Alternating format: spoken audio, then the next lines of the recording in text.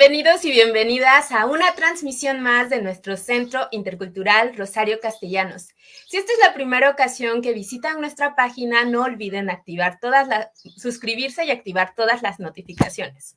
El día de hoy me encuentro muy contenta, muy orgullosa y feliz de poder hacer posible esta charla que casi se hacía complicada con Hegel Rivera, un escritor muy jovencísimo, nacido en Pachuca Hidalgo en el año 1996, que a su corta edad ya tiene un libro bastante profundo, bastante complejo, con un montón de inquietudes que yo creo que todos ya en este momento de la existencia nos hemos comenzado a disciplinadamente preguntarnos, ¿no? Sobre pues cómo se origina la conciencia de sí mismo. Y bueno, algunos buscan respuestas en la filosofía, algunos buscan respuestas dentro de la espiritualidad, y yo creo que esta obra particular de la que vamos a conversar, pues da una explicación de ambas variantes, pero incluso a través de algo muy importante que es la valía de la ciencia. Y bueno, en las bases de este libro, tuve la oportunidad de conocer a Hegel a través del proyecto de escritores mexicanos independientes en la Feria de Guadalajara y saber un poco más de lo difícil, lo complejo y también lo hermoso que es el camino de la divulgación y la investigación. Pues primero que nada, Hegel, bienvenido, esta es tu casa, este es tu espacio, un placer tenerte con nosotros. Hola Clarisa, muchísimas gracias.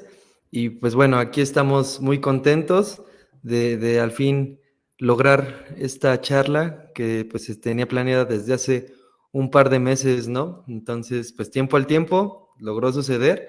Y mira, también, pues sí, esta obra ya la publiqué hace un par de años, unos 3 años, pero justamente tampoco me he querido apresurar en una continuación, porque he estado esperando a que pues que se asiente todo lo que se escribió.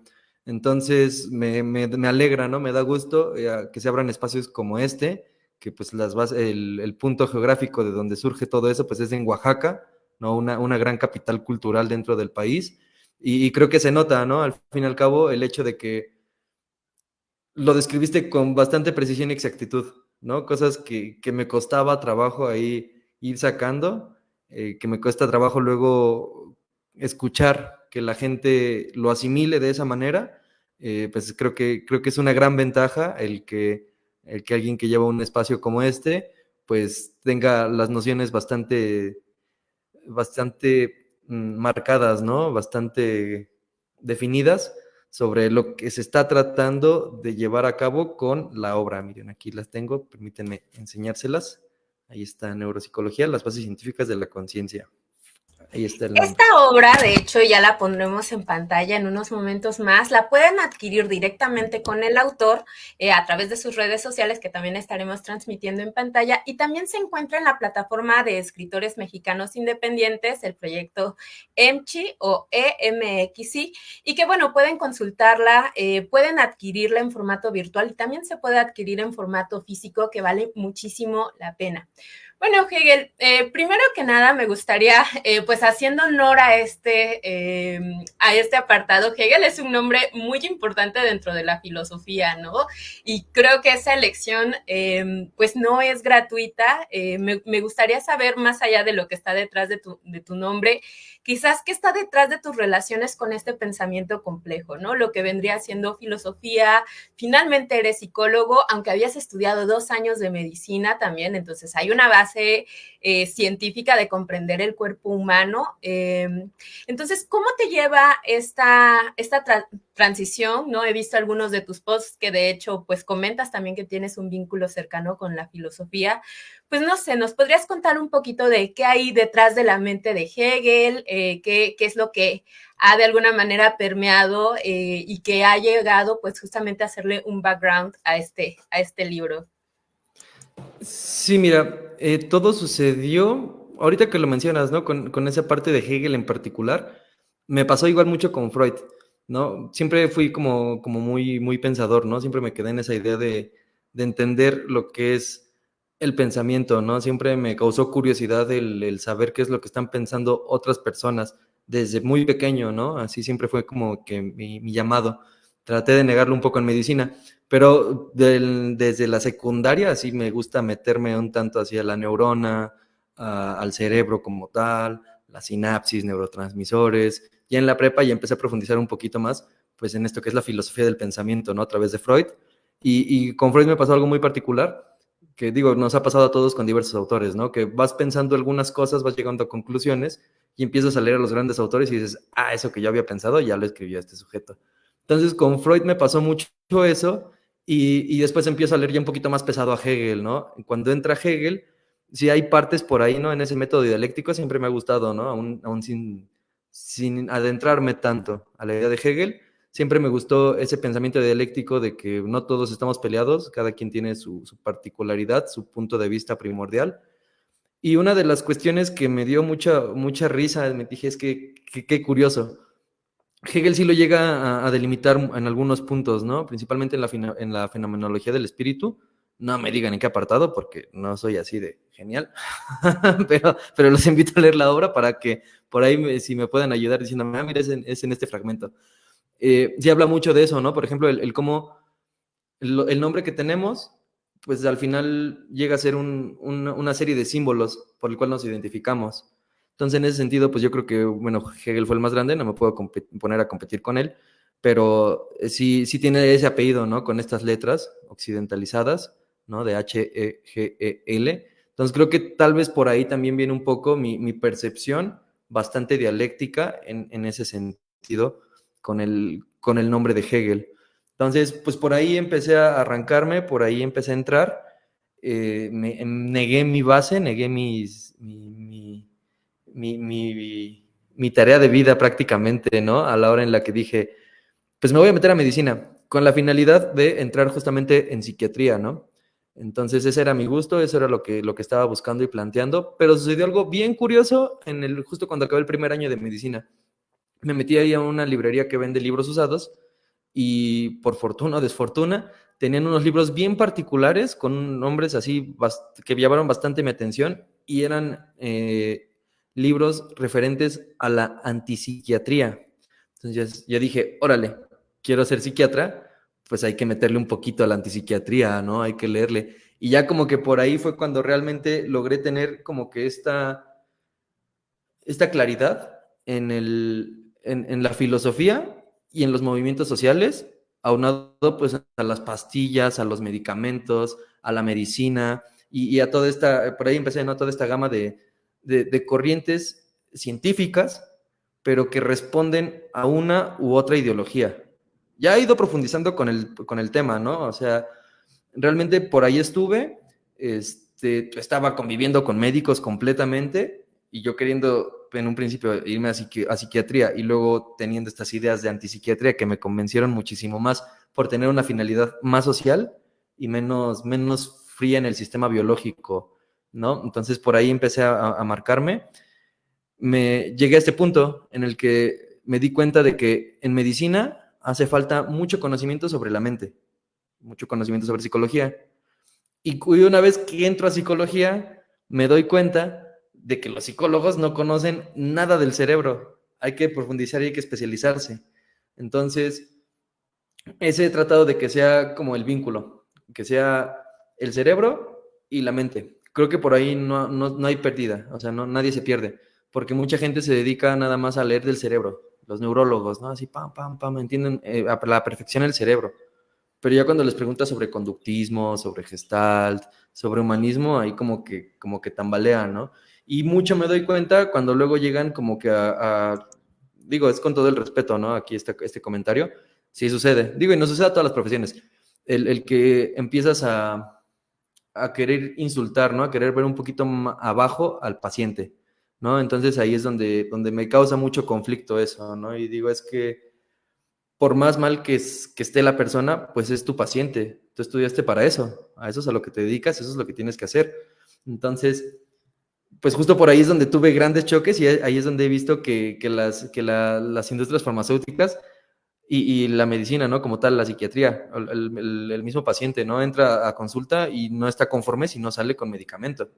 Entonces, por ahí dije, esto no está mal, no estoy peleado con ello, pero creo que sí acapara muchísimo el espacio de la salud mental, y a la hora en la que vas con un psicólogo, pues hasta cobra más, no le das medicamento, entonces se va así como de, bueno, ¿y esto de qué me ayuda, no?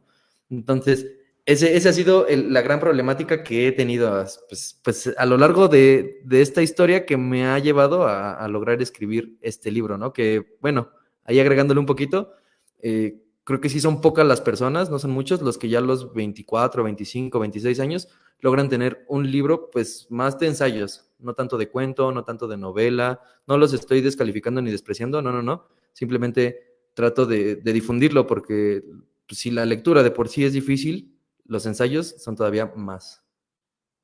Sí, bueno, en algún momento llegamos a coincidir que la investigación, o sea, ser un escritor profesional y dedicarse a la investigación no es tarea fácil. Me llamó mucho la atención el comentario con el que iniciaste, porque justamente eso se coincide con una conversación que acabo de tener con uno de mis conocidos, alguien que decíamos, cuando uno comienza a leer filosofía, se da cuenta de que todo lo que hemos pensado ya lo pensó alguien, así súper complejo, súper estructurado, súper... y que a veces las personas que piensan que están siendo como realmente disruptivas y que están aportando algo que nunca se había pensado antes, pues a veces le falta un poco empaparse pues en la cultura occidental, ¿no? Y que gran parte de nuestros pensamientos pues seguramente ya lo dijo un Nietzsche, ya lo dijo pues un Kant, ¿no? Y eso que decías del nombre, yo no lo recuerdo en la fenomenología del espíritu, lo recuerdo con Platón, que justamente cuando está poniendo la teoría de la reminiscencia dice que, y bueno, seguramente porque Hegel pues requete leyó a los grecorromanos, seguramente habrá tenido alguna influencia esta tradición, pero Platón es el que nos dice, hasta donde yo recuerdo, o fue el pionero en avisar o mencionar que vamos a tener cierta correspondencia con nuestros nombres, ¿no? Y de alguna manera me parece que esta terapia, que bueno, no vamos a decir palabras más ni menos, pero de las constelaciones familiares nos dice, ¿no? Lo peligroso, nos advierte lo peligroso que puede llegar a ser tener nombres, pues a veces de nuestros padres, de nuestros abuelos, de nuestros tatarabuelos, ¿no? Y a lo que voy con esta situación es que yo creo que también el campo de la psicología hoy en día se ha ampliado muchísimo de tal manera que existen como que para cada tipo de persona una clase de tratamiento y que si no quedas así como la primera, pues con un psicólogo que a lo mejor tiene un modelo de estudios, pues no por eso deberías de dejar de intentar asistir al tratamiento psicológico, ¿no? También creo que de la mano de la antipsiquiatría, como movimiento justo en contra de la parte farmacológica de dependencia, ¿no? Que debemos de saber que un psiquiatra primero fue un médico, ¿no? Pero sí que es cierto que estas grandes críticas de la psiquiatría vienen de generar dependencias, ¿no? Del fallo en el sistema que ha sido sobre todo en Estados Unidos. Eh, pues bueno, ¿no? A partir de eso, pues al final se trata mucho de promover la salud mental y también de ser como mucho más conscientes, ¿no? Algo de lo que es muy interesante de tu currículum es que además has estado familiarizado con la arteterapia. Este fue un tema que abordamos también en la conversación pasada.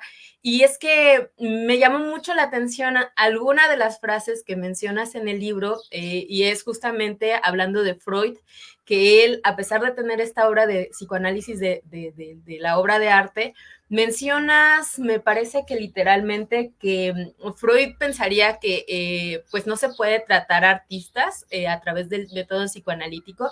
No sé si nos quisieras abonar un poco de tu relación con la arteterapia, también con el psicoanálisis como teoría explicativa. Yo confieso que soy muy freudiana, lacaniana, y quizás también cómo eso también está en alguno de los apartados de tus 10 capítulos de esta investigación.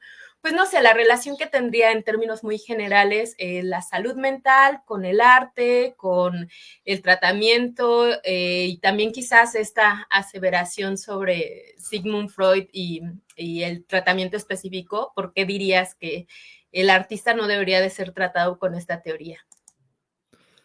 Te adentras a un tema bastante particular del libro, es muy interesante esa parte. Freud es muy bueno en el sentido de que no solo da apertura, al psicoanálisis per se, ¿no? Bueno, a la psicología per se, ¿no? Al entendimiento que tenemos sobre el estudio de la mente en nuestros contextos actuales, ¿no? De hace 120, 150 años para acá. Sino que también Freud se puede ver justo, ¿no? Como lo platicamos desde la filosofía. Entonces, es muy enriquecedor entender ese punto. Freud obviamente fue neurólogo en un momento en el que no se sabía qué era una neurona, era solamente el estudio del cerebro como una masa. Y bueno, sobre esa idea, pues Freud, ya saben, ¿no? Manejaba mucho esta idea de la asociación libre, el poner a la gente en una pared blanca y que se pusiera horas y horas a decir lo que quisiera para que pues uno como psicólogo interpretara las situaciones que vienen ahí saliendo. Creo que una de las riquezas de Freud es esa, el meterse a la subjetividad de cada uno.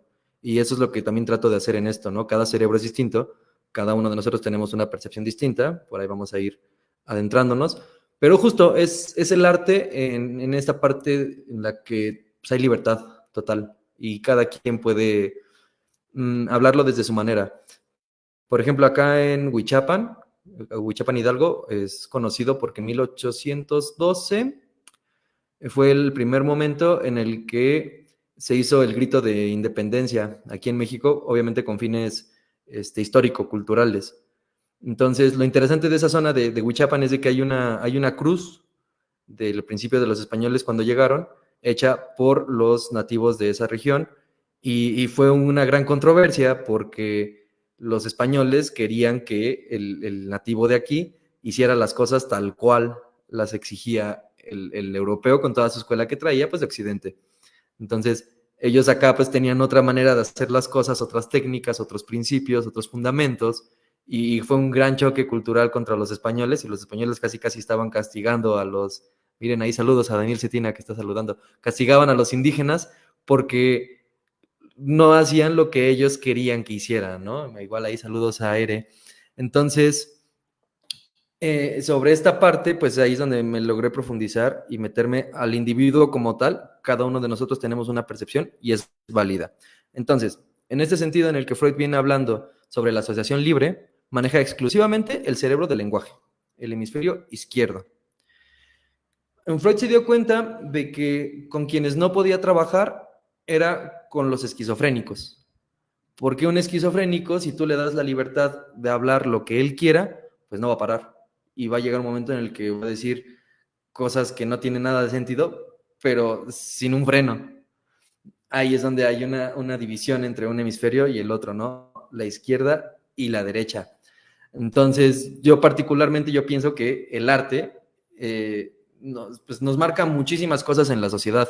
Como les comentaba el ejemplo de acá de Huichapan. Obviamente, todas las piezas escultóricas que tenemos, Diego Rivera se fue años a Europa, ¿no? A entender de técnicas para venir y generar los murales, que también vienen de una corriente en la que se pintaba aquí, si uno se va a Teotihuacán, ve murales en los que pintaba, ¿no? O sea, que no se pueden llamar murales porque no fue el tiempo de Diego Rivera, pero sí son esas bases que vienen prestando para dar información a la sociedad. Justo creo que es por ahí el hecho, y no solo en psicología, también como lo comentabas, la situación de que cada uno de nosotros debemos buscar nuestra rama psicológica que mejor nos convenga. Creo que no solo se resume en eso, sino que también se resume en qué te gusta, ¿no? Como dijeran ahí los grandes pensadores occidentales, no es cierto, perdón, asiáticos. Busca qué te gusta, o sea, trabaja en lo que te gusta y jamás vas a trabajar. Creo que esa es la pieza fundamental que necesitamos. Igual lo mismo, ¿no? Conócete a ti mismo. ¿Para qué? Para que sepas qué es lo que te gusta y a qué te puedes dedicar con menos esfuerzos. Creo que si sigue siendo tan fuerte ese sistema, ese modo, si siguen siendo tan fuertes esas palabras, pues es porque todavía no las asentamos y todavía nos hace falta entenderlas dentro de nosotros para poder avanzar como sociedad. Los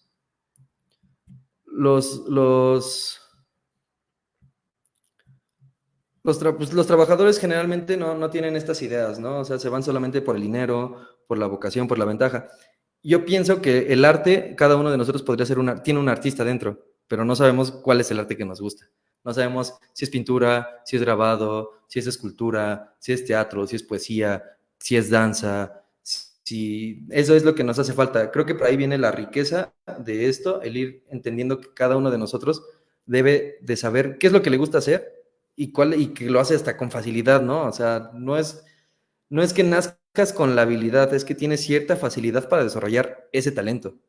Entonces, por ahí es donde trato de presionar a los pacientes, si se les puede decir así, para que justo busquen qué es lo que les gusta. A lo mejor y nunca habían agarrado un pincel en su vida y lo agarran y empiezan a hacer naturaleza con ello. Y bueno, con esas ideas, con eso que ha venido pasando dentro de mi cabeza y con la comparativa entre un hemisferio izquierdo y un hemisferio derecho, siendo que el hemisferio izquierdo ya está completamente estudiado y completamente delimitado, dije, bueno, ¿cuál es el aporte que se puede hacer aquí? El hemisferio derecho, el hemisferio del arte, no del lenguaje. Porque es curioso que en el cuerpo humano, el cerebro izquierdo, el hemisferio izquierdo, esté abocado exclusivamente al lenguaje.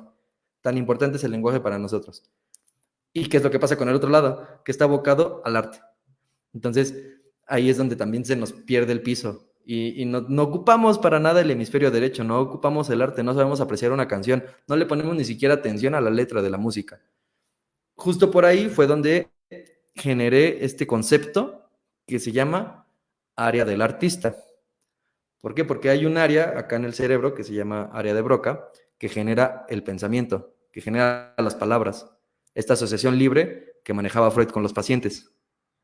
Del otro lado, eso es en el hemisferio izquierdo. En el hemisferio derecho, ¿qué es lo que pasa? Justo hay una creación sin lenguaje. Cuando estás pintando, cuando estás haciendo música, se ve muy claramente igual con los músicos en tomografías funcionales. Están tocando y se activan sus cerebros, sus partes motrices del cerebro. Pero si dejan de tocar, van por la calle, escuchan música, si esta canción se la saben, si están tan preparados dentro del lenguaje musical, su cerebro automáticamente se activa como si estuvieran tocando ellos la canción, aunque no muevan músculos. Entonces, eso fue lo que me permitió así como tener pues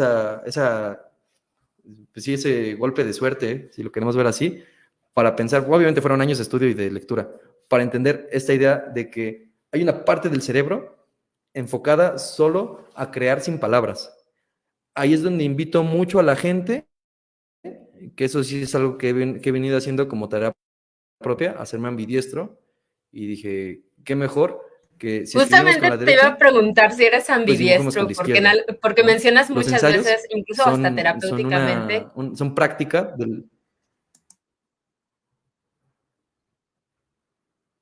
Una Ajá. disculpa, digo que justamente estaba por preguntarte si eras ambidiestro, porque se menciona bastante a lo largo del libro que tienen una capacidad diferente y que incluso sí, como que puede servir a nivel de Es que programación ayuda mucho el cerebro cuando tienes de un muchas maneras. problema. Entonces, izquierdo, el, Que incluso es el algo ensayo para el hemisferio que izquierdo, el mencionas. boceto para el hemisferio derecho, con la mano izquierda.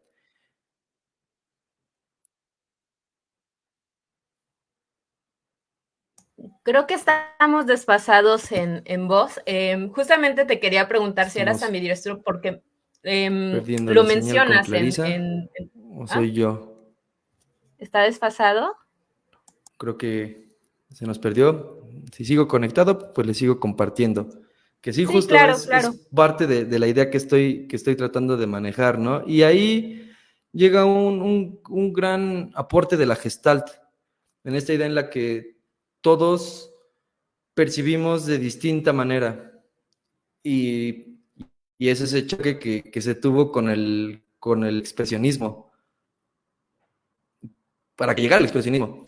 En esta idea en la que cada uno de nosotros tenemos una interpretación distinta. Fuimos muy necios con el renacentismo, con la ilustración, al querer plasmar pictóricamente con toda la claridad, si está desfasado ahí comentan, con toda la claridad lo que ve el ojo. Así tuvimos que ser muy claros y fidedignos con esa idea. Y ahí es donde viene la teoría del arte, ¿no? Justo cuando logramos expresar tal cual vemos en el ojo, es cuando damos esta pauta a poder romper esos esquemas y expresar más de lo que podemos ver. Y ahí es donde entendemos que cada uno de nosotros tiene una perspectiva distinta. Cada uno de nosotros mira las cosas a su manera. yo no puedo obligar a las personas que nos están escuchando, oyendo y viendo, no los puedo obligar a que piensen como yo. Les comparto mi punto de vista, pero pueden tomarlo o dejarlo. Y, por ejemplo, la política es un claro ejemplo de eso, en el que hay una problemática y hay distintos puntos de ver esa problemática.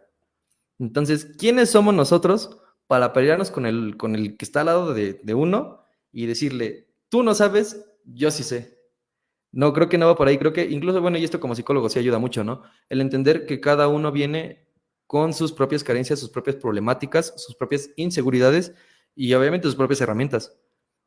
Entonces, cuando tienes a una persona frente de ti en el consultorio, no le puedes negar y decirle, oye, eso que estás pensando es una tontería.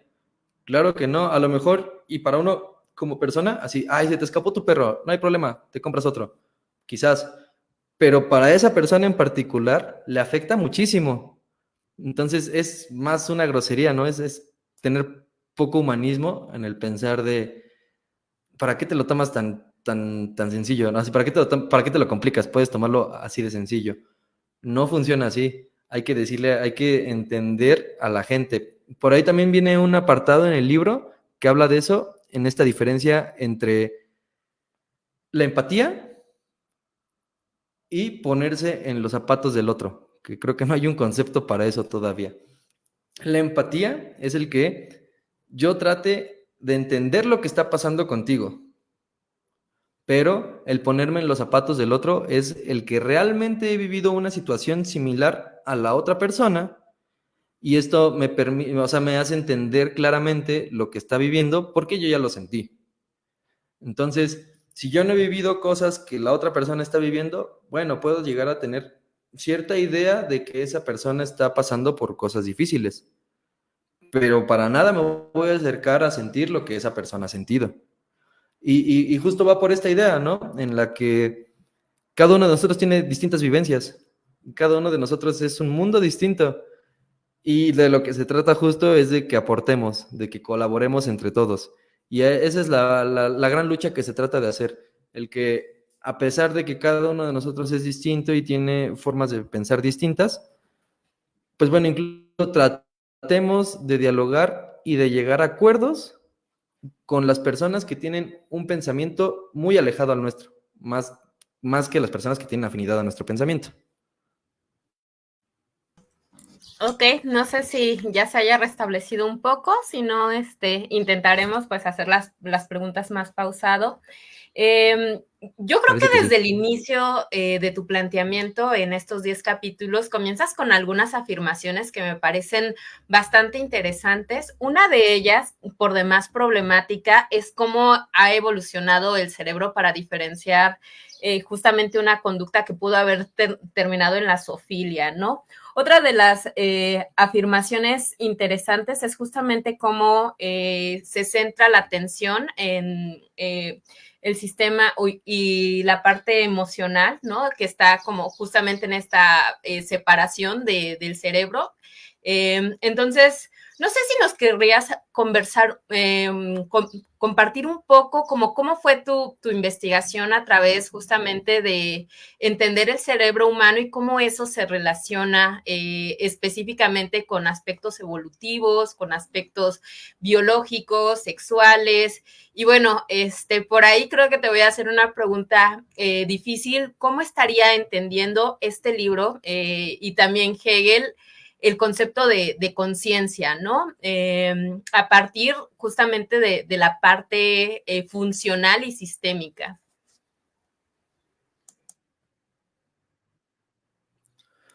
La parte biológica, funcional y sistémica, me comentaste, ¿verdad? No entendí bien Sí, la sí, última sí, parte de la sí, todo pregunta. lo sistémico y también pues Sí, con estas ¿verdad? propuestas que vas haciendo. Claro,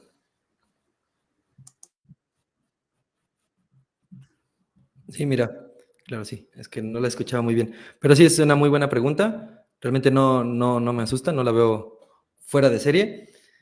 Realmente el libro me costó mucho trabajo asimilarlo. O sea, tenía los capítulos y decía, oye, si acomodo el último al principio, también puede quedar. Entonces eso fue un gran problema para mí, el darle el orden. Y dije, bueno, ¿de dónde empezamos? Desde el principio. Y por ahí fue el fundamento biológico. Siempre me ha tratado de gustar estar pues, a la vanguardia, ¿no? Estar a la expectativa de lo que va saliendo en investigaciones, específicamente cerebro y mente. Entonces, pues por ahí sigo a varios laboratorios que van sacando constantemente investigaciones para más o menos tener ideas teóricas, planteamientos, y por ahí apareció esa, ¿no? En la que tenemos gen neandertal, básicamente. Y ahí es donde empieza así a maquilarse toda esta idea de decir, claro, venimos del salvajismo, no, no venimos de la utopía, ¿no? Ahí tal vez en este planteamiento, ¿no? Entre el ser humano es bueno por naturaleza o malo, quizás pudiera ser malo por naturaleza, porque en el mar el pez grande se come al pez chico, ¿no? En las arañas, la araña después se come al macho, ¿no? Después de haber tenido relaciones sexuales, bueno, fornicar, bueno, reproducirse.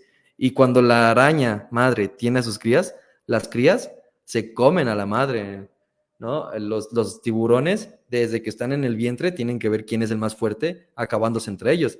Y es la naturaleza del universo, es la naturaleza de la biología, es la naturaleza por la que nos ha llevado hasta acá. Por eso creo que, por ejemplo, en este planteamiento, bueno, si lo manejamos desde esa perspectiva, pues la historia viene desde hace 5.000 años para acá. Previo a ello fue prehistoria. Y justo por ahí lo veo, ¿no? Si tenemos el gen neandertal, pues seguramente lo que ha pasado aquí es de que ha habido muchas violaciones, como se ve incluso hasta en Israel. Ahorita he estado viendo que en el Congo, ¿no? En la República Democrática del Congo, también se están sufriendo situaciones por esas, ¿no?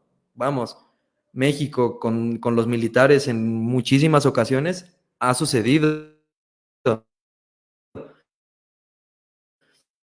Y por ahí viene mi gran choque con la sociedad. No nos podemos decir, no podemos descubrimos la psicología, que descubrimos que el 90% de las cosas que pensamos son inconscientes.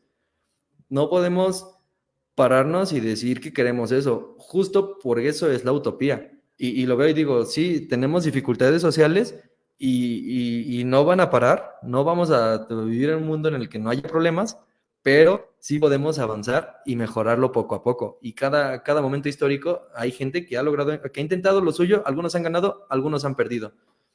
Entonces, por ahí viene esa, ¿no? Venimos desde el salvajismo, venimos sin amor realmente, ¿no? O sea, pues vamos a la Edad Media también, ¿no? Decían, esta persona que tiene cierta entrada económica, pues se va con esta otra persona, ¿no? Y los que son pobres se quedan casados entre los pobres y el amor entre un rico y un pobre jamás va a existir. Aunado a eso, también me ha gustado mucho estudiar a la psicología como mero movimiento social. Entonces, justo por ahí se pueden ver muchísimas ramas, ¿no? La neuropsicología principalmente es rusa. Esta idea que tenemos del cerebro triuno, ¿no? Del cerebro reptiliano, el cerebro emocional y el cerebro lógico, los maneja Luria como los tres sistemas de atención. Y eso es lo que maneja, ¿no? De una manera un poquito distinta, porque Luria lo que dice es de que justo donde nace el cerebro, de la médula espinal, de acá atrás, y donde está el sistema SARA, el sistema reticular ascendente, que es el que brinda la atención, y donde ahí están todas las funciones vitales, que son mega inconscientes, respiración, ver, latidos del corazón, presión, todo eso viene del sistema 1. Luego viene el sistema 2, que es el de entrada. Ahí no te hablan de un cerebro emocional, no, te hablan de un sistema de recepción. Entonces es todo lo que recibimos, todo lo que percibimos a través del gusto, de la vista, del olfato, del oído, de todos nuestros sentidos. Por ahí, justamente, a partir de eso de Luria, es donde creo una gran diferencia, porque digo, no lo inventé, no estoy sacando el hilo negro, no. Lo que sí sucedió es de que logré ordenarlo un poquito para dar un modelo que se prestaría a muchas disciplinas y muchas áreas. En esa parte, lo que vi es de que todos los autores hablan de hemisferio izquierdo y hemisferio derecho, pero poquísimos autores te hablan de digámosle, un hemisferio frontal y un hemisferio trasero, un hemisferio posterior. Difícilmente vamos a encontrar gente que divide el cerebro en un adelante y atrás. Ahí es donde entra toda esta riqueza. Tenemos izquierda, derecha, adelante y atrás. Ahí es donde segmentamos a la perfección, y eso lo hablo en el segundo capítulo, ¿no? Después de esta idea en la que en la que si tenemos genes neandertales, pues es porque hubo una relación sexual entre homínidos que al final pues llegaron a desembocar en lo que somos ahora. Y pues gran riqueza de eso fue a través de otras ramas. Sin embargo, pues los neandertales estaban ahí. Y los neandertales también estaban fungiendo pues como lo que tenían que hacer, ¿no? Como una especie que debía sobrevivir. ¿Y cómo iba a sobrevivir?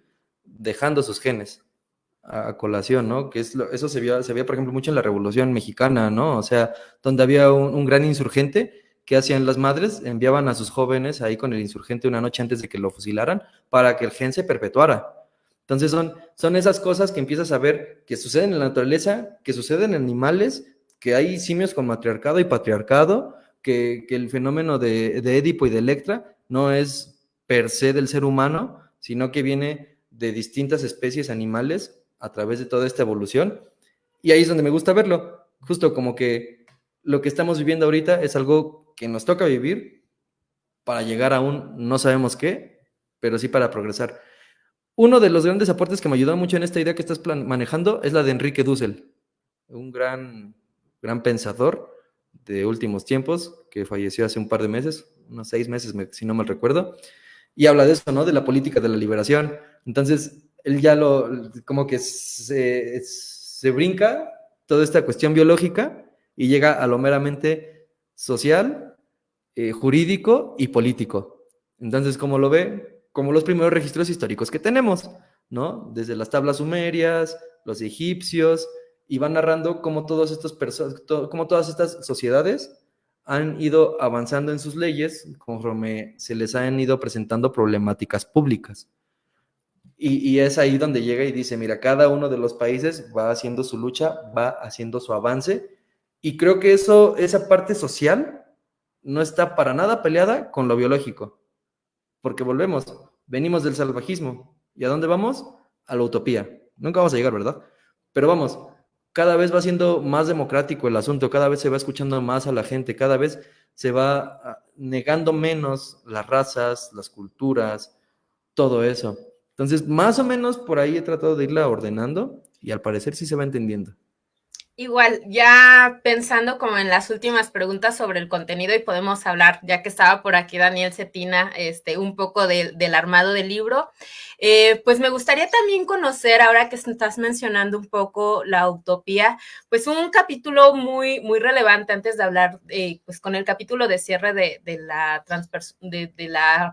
puesta en marcha de la psicología transpersonal, mencionas pues un ejemplo o una serie de ejemplos sobre cómo se relaciona pues también el camino de la salud mental a través de la espiritualidad. Me llamó la atención mucho este capítulo.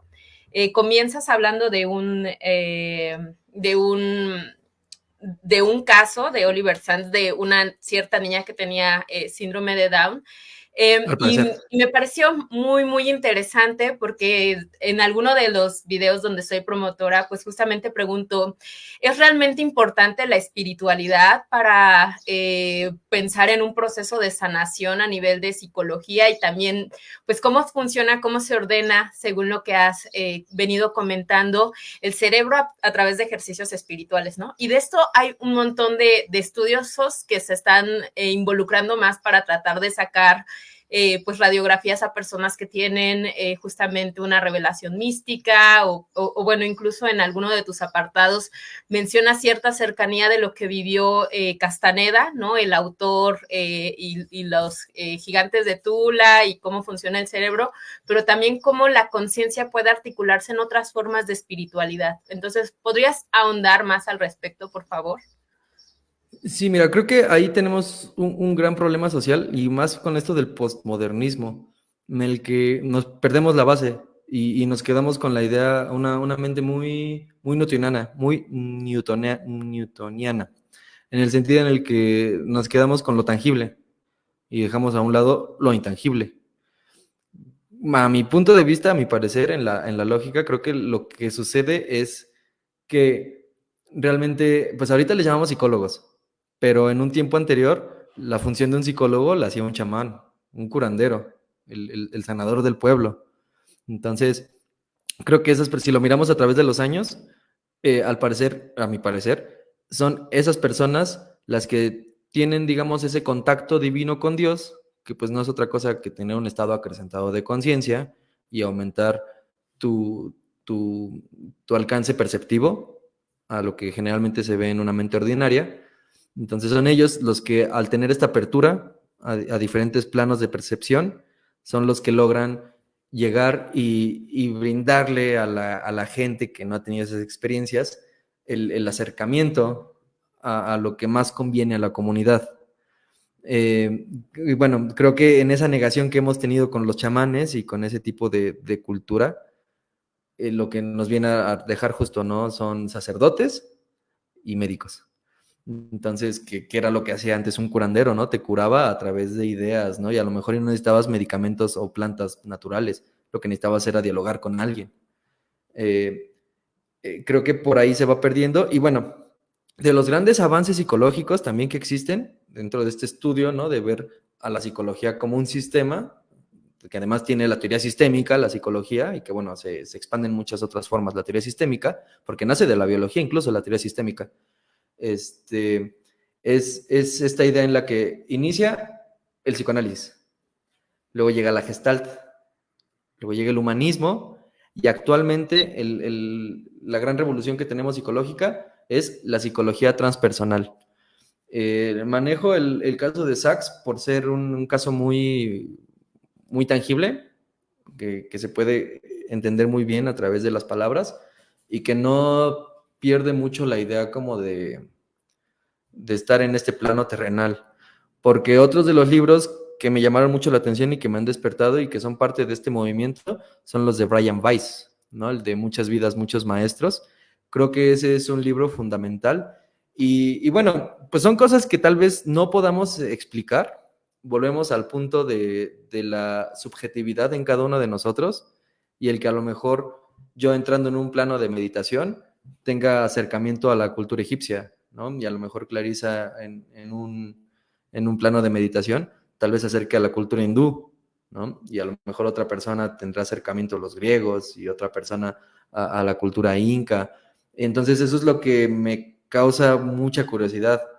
Si todos pensáramos lo mismo, pues todos nos vamos al mismo periodo histórico, ¿no? En esta conexión de ideas, ¿no? Así que Jung llamara el inconsciente colectivo. Pero creo que por ahí, justo pues eso es de lo que se trata este libro, ¿no? Que tratamos de ampliar ese tipo de enfoques, ese tipo de investigaciones, que no tengamos miedo a que nos tachen, ¿no? Así como de, lo que tú estás investigando es pura pseudociencia, porque uno nunca sabe en qué espacio pues, va a abrirse una nueva rama del conocimiento. Entonces, a eso es a lo que más trato, que la gente no tenga miedo en expresar lo que piensa.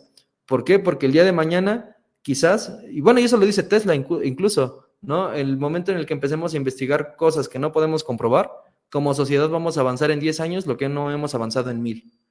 Entonces creo que es eso, el que nos adentremos a investigar cosas muy particulares en cada uno de nosotros que no podemos comprobar en el resto.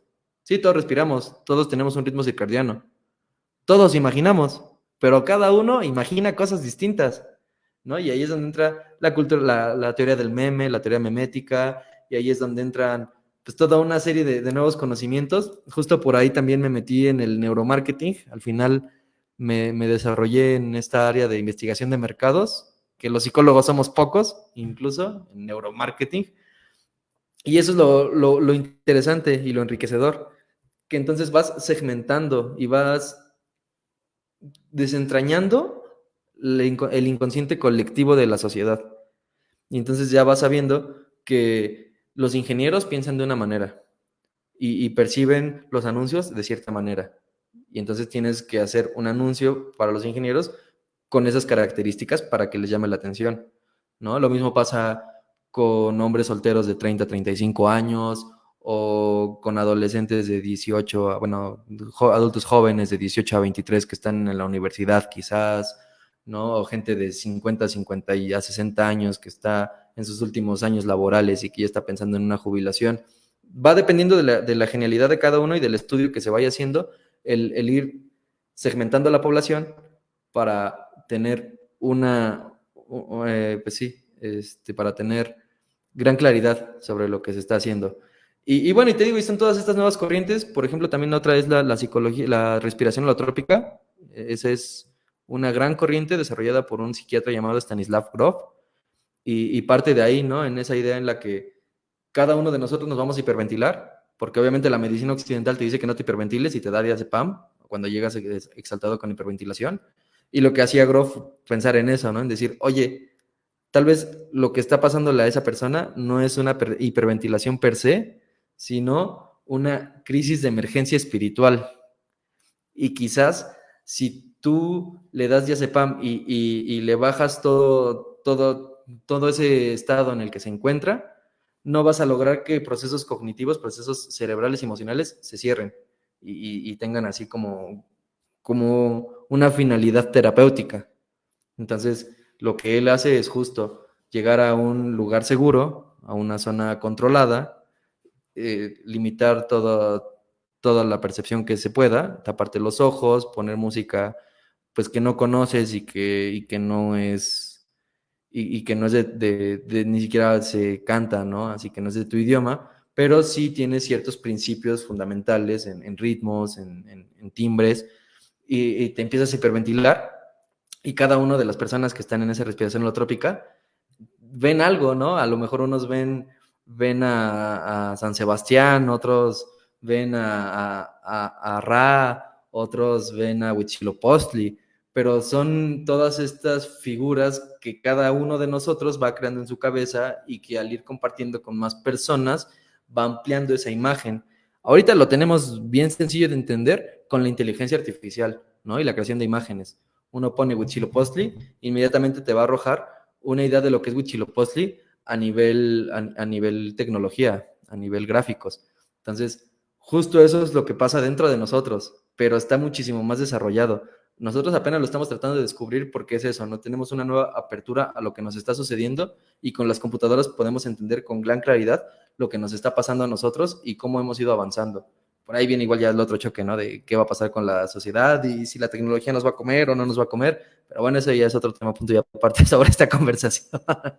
Sí, bueno, pues como pudieron ver y como han podido ver a lo largo de esta conversación, pues este libro aborda como temas demasiado importantes. A mí me parece que si tenías dudas sobre cómo cerrar el texto, yo hubiera preferido pues leer el tema de la espiritualidad al final, como porque me parece que es un poco más conclusivo pensar que detrás de todo justamente, ¿no? El libro de muchas almas es todavía pseudociencia, no sabemos si, o incluso las constelaciones familiares, pues son teorías explicativas y son eso, son teorías explicativas que todavía no podemos corroborar, pero que ya comienzan a ser pues bastante coherentes y por lo menos yo los veo muy funcionales, ¿no?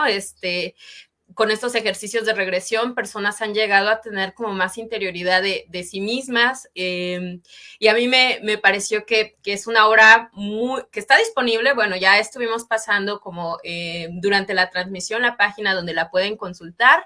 Hegel Rivera se encuentra así en todas sus redes sociales.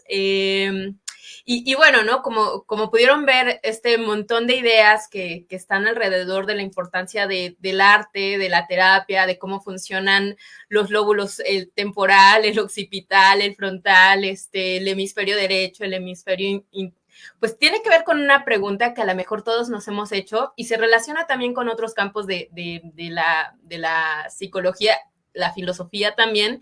Recuerdo que incluso mencionas pues un poco el cogito ergo sum de Descartes, de Gall, como quieran llamarle, para todos los que nos están escuchando, de justamente llegar a esta conciencia de, bueno, la autoconciencia de la autopercepción, de saber que estamos aquí, ¿no? Y por qué de alguna manera tenemos que incluso poner que como seres humanos, eso también lo abordas en el libro, lo que se sabía hoy de la ciencia, pues ha sido contradicho, incluso desde el desarrollo del átomo, ¿no? Cuando pensábamos que era como lo más pequeño y ahora pues sabemos por la ciencia que ni siquiera es lo más indivisible, ¿no? Es una lectura justamente que recomiendo muchísimo para todas las personas que están interesadas en la ciencia, en la conciencia, en la espiritualidad.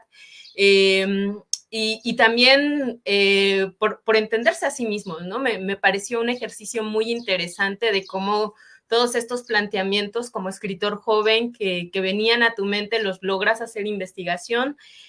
Justamente por aquí nos estaba acompañando al aire Daniel Cetina, ¿no? Daniel Cetina fue tu editor, ¿no? Corrector de estilo.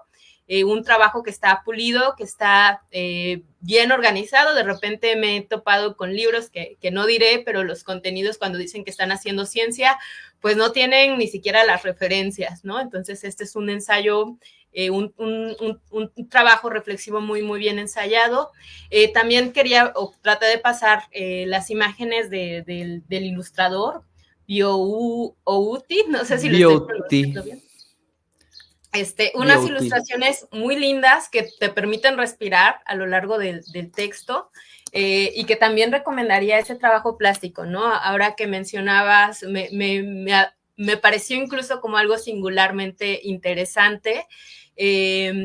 Pues que hablaras de la parte creativa, de utilizar estrategias de la arteterapia y que de alguna manera eso se conecta con que en tu libro tiene pues ahí obra artística, ¿no? Y bueno, esas son mis impresiones muy generales.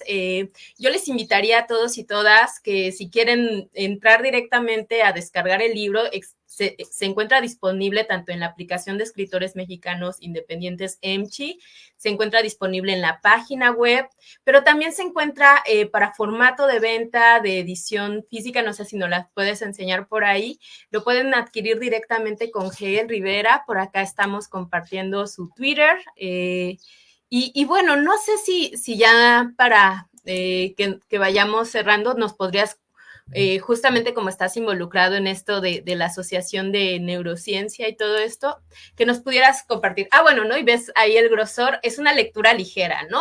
Que de repente hay personas que dicen, no me quiero hablar, no me quiero echar la teoría de las especies again, ¿no? Es una lectura ligera. Entonces, ¿qué más nos podrías comentar para ir ya casi cerrando esta transmisión sobre el contenido, sobre estos esbozos en los que, pues bueno, ¿no? Podríamos seguramente irnos al infinito a seguir conversando de autores, de qué es la conciencia, de qué es lo que pensamos, pues cómo fue un poco tu proceso ya de armado, de divulgación, de entrar en contacto también con otros escritores y justo pues porque a lo mejor eres uno de estos pocos escritores jóvenes que hicieron su propio libro de investigación y lo publicaron de manera independiente, ¿no? Sí, es más difícil. Igual justo con Daniel me pasó lo mismo, ¿no? Me decía, es que yo he estado en diversos trabajos literarios y muchos ni siquiera tienen un planteamiento, ¿no? Un marco teórico. Entonces sí me causó así bastante curiosidad eso, ¿no? Bastante, fue muy interesante. Pero bueno, creo que igual sumado a lo que estás platicando, también está esta parte en la que es una ruptura de paradigmas y es el inicio de otros. Tenemos pues ya ahora cuántica, información de física cuántica, y está mucho ese ejercicio, ¿no? Porque luego igual a mí me dicen así como de, ¿y para mí, para qué me va a servir entender cómo funciona mi cerebro? Bueno, pues tenemos esa referencia, ¿no? De ese experimento cuántico en el que las partículas funcionan distinto, si hay alguien, si hay un observador, así no lo hay. Creo que por ahí va este planteamiento neurológico, sería interesante darle profundidad a la investigación por esa parte, en el sentido de que justo, si entiendes cómo funciona tu cerebro, tienes como que ese clic, y si no entiendes cómo funciona tu cerebro, te vas así como oscuras, ¿no? Ni por todo el mundo.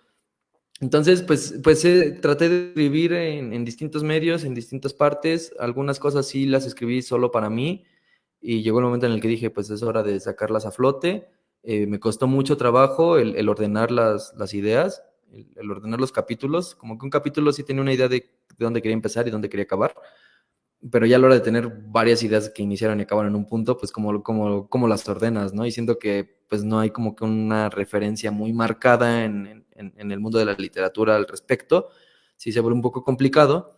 Entonces, pues al final decidí justo esquematizarlo en 3 partes importantes.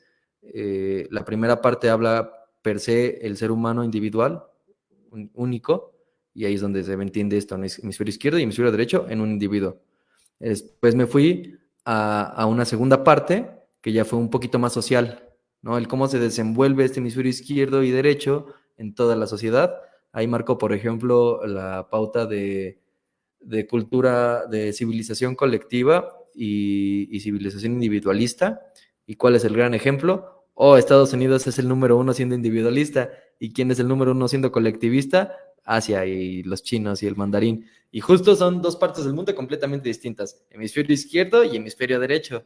Entonces creo que desde ahí, ¿no? Le voy dando ese orden. Me parece, a mi punto de vista, si la teoría es correcta, vamos a tener que a la hora en la que estás involucrándote con otra persona, se vuelven un solo cerebro. Y entonces ahí es donde estas dos personas, uno es el hemisferio izquierdo y otro es el hemisferio derecho. Y si lo llevamos a masas más grandes, podremos organizarnos muchísimo mejor. Ese es mi utopía, ¿no? El que todos entendamos que tenemos un izquierdo y un derecho, y que cuando yo estoy de este lado y hay alguien aquí a la derecha, bueno, él está fungiendo como hemisferio analítico y yo como hemisferio creativo, yo me atengo más a escuchar, esa persona tiene que hablar más. Hay un ejercicio muy interesante que creo que lo confirma, me ha pasado muchísimo, no me ha fallado, ni una vez. Cuando tienes este fenómeno de lo tenía en la punta de la lengua y dices, ay, no me acuerdo cómo se llamaba esta palabra, pero la tengo, la tengo. Lo que hago generalmente en esos casos es cambiarme de lugar, irme al otro lado de la persona. Inmediatamente se acuerda la persona. Igual cuando a mí me pasa y me cambio al otro lado, me viene la palabra a la mente. Creo que es parte de eso, ¿no? Esta idea funcional, esta idea sistémica de toda la sociedad. Creo que eso es lo que nos hace falta, adentrarnos en nosotros mismos para poder ayudarnos con los demás. Y pues ya al final cerramos con la parte transpersonal, ¿no? Con lo que está más allá de una sociedad, de un tiempo histórico, de un momento en el mundo, sino con todo eso de venimos a través de todo esto, estamos aquí y pues el futuro se puede ir a través de todo eso. ¿A dónde va a parar? Nadie lo puede saber, pero sí sabemos que la historia nos sirve de ejemplo para muchas rupturas paradigmáticas y eso es lo que estamos viviendo ahora. Entonces, he tratado de ser mi pequeño granito de arena. Por favor, no me presionen con una siguiente obra, está trabajándose. Créanme que si alguien quisiera que se acabara la siguiente obra, principalmente es un servidor. Pero pues hay muchos compromisos, hay muchas situaciones. Este libro, a pesar de ser chiquito, pues es contundente, no es pesado, tiene su dificultad. Entonces, volvemos a como inicié, hay que esperar a que la gente lo vaya digiriendo poquito a poquito para no saturarlos, para que tenga esta retroalimentación y sepa hacia dónde seguir, ¿no? Cada charla que hago, cada persona que se acerca y me da comentarios son enriquecedores porque son una nueva perspectiva de entender cómo va funcionando esto y hacia dónde lo podemos ir abordando, ¿no? Ahí es donde llega esta teoría en la que dices, bueno, ya no soy yo, es el libro. Y el libro pues agarra su cauce, su rumbo y a ver hasta dónde llega. Y qué bueno, ¿no? O sea, no es un demérito decir que es una obra ligera, porque creo que a veces la mayor complejidad que he enfrentado como divulgadora de conocimiento es que es mucho más complejo tratar de hacer para un público más extenso algo que tiene muchas capas de sentido que comunicarte entre puros académicos. O sea, creo que la gran virtud que tiene esta obra, este libro, es que propone no solamente la literatura que te puede orientar si quieres seguir investigando, sino que es una gran introducción, una gran inducción también.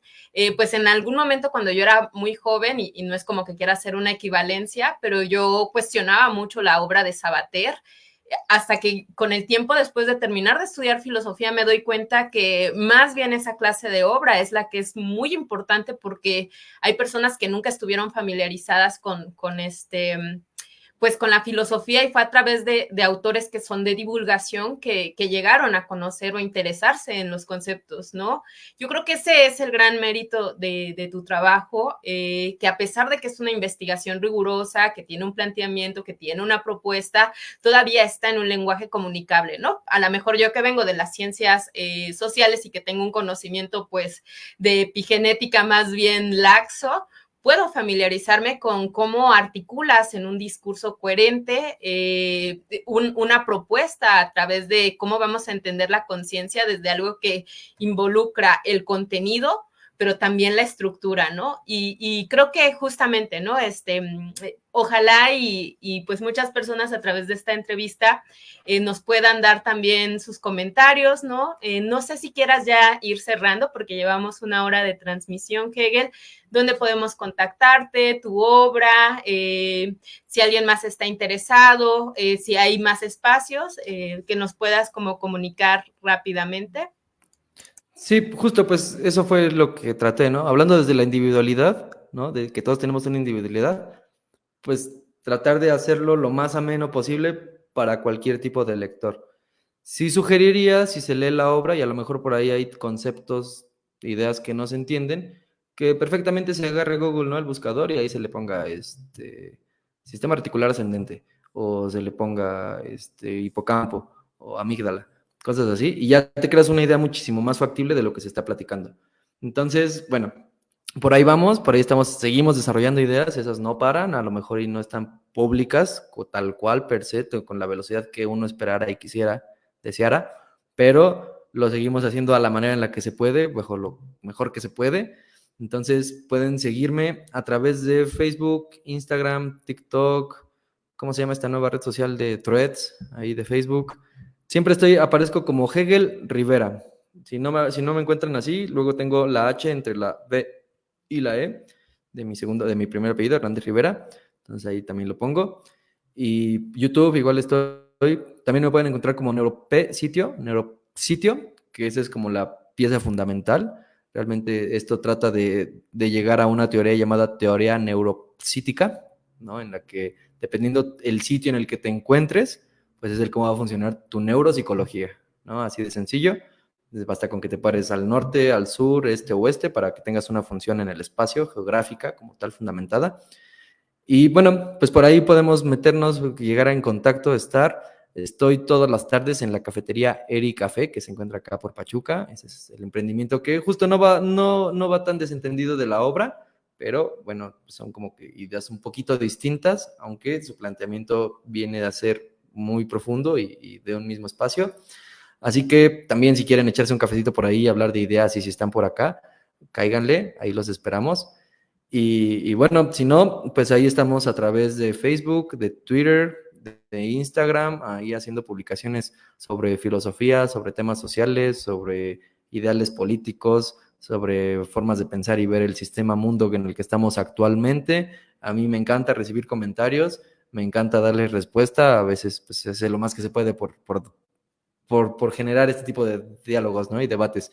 Creo que tenemos una mala idea de las redes sociales y del diálogo en general. Nos manejamos mucho ya se están peleando, ya están discutiendo. Momento, se está debatiendo. Y a lo mejor en el debate sí se llega a uno a apasionar, pues justo porque son ideas, pero nunca se trata de ofender al otro, nunca se trata de querer coartar la libertad de expresión, para nada, todo lo contrario, siempre tratar de dar fundamento a lo que se está comentando, siempre tratar de llegar con una pequeña referencia, a lo mejor ahí de un noticiero independiente, a lo mejor ahí de un laboratorio que por ahí no se conoce, y es válido que la otra persona conozca otro noticiero que esté dando otro punto de vista y te ponga, mira, pero aquí están diciendo esto otro, y ya por ahí vas generando el diálogo, ¿no? Así, si hay diálogo, pues no va a haber guerra, así de sencillo. Entonces, de eso se trata, de que a pesar de que odiemos el pensamiento del otro, pues tratemos de sobrellevarlo, tratemos de platicar y de entender nuestras diferencias. A lo mejor no se van a resolver, no, pero no dejar de dialogarlo, nunca jamás. El diálogo es la respuesta. Pues muchísimas gracias por todo lo que comparten, pues si están si siguen interesados pues en adquirir la obra, con gusto podemos dejar el link en los comentarios.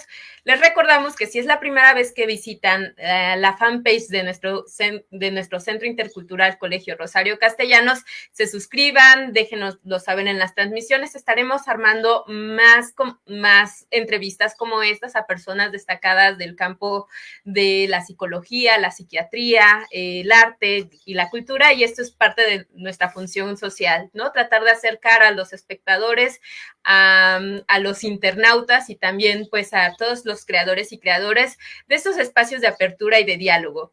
Muchísimas gracias por haber sintonizado esta conversación entre Hegel y su servidora Clarisa Camargo para el Centro Intercultural Rosario Castellanos. Nos vemos hasta la próxima.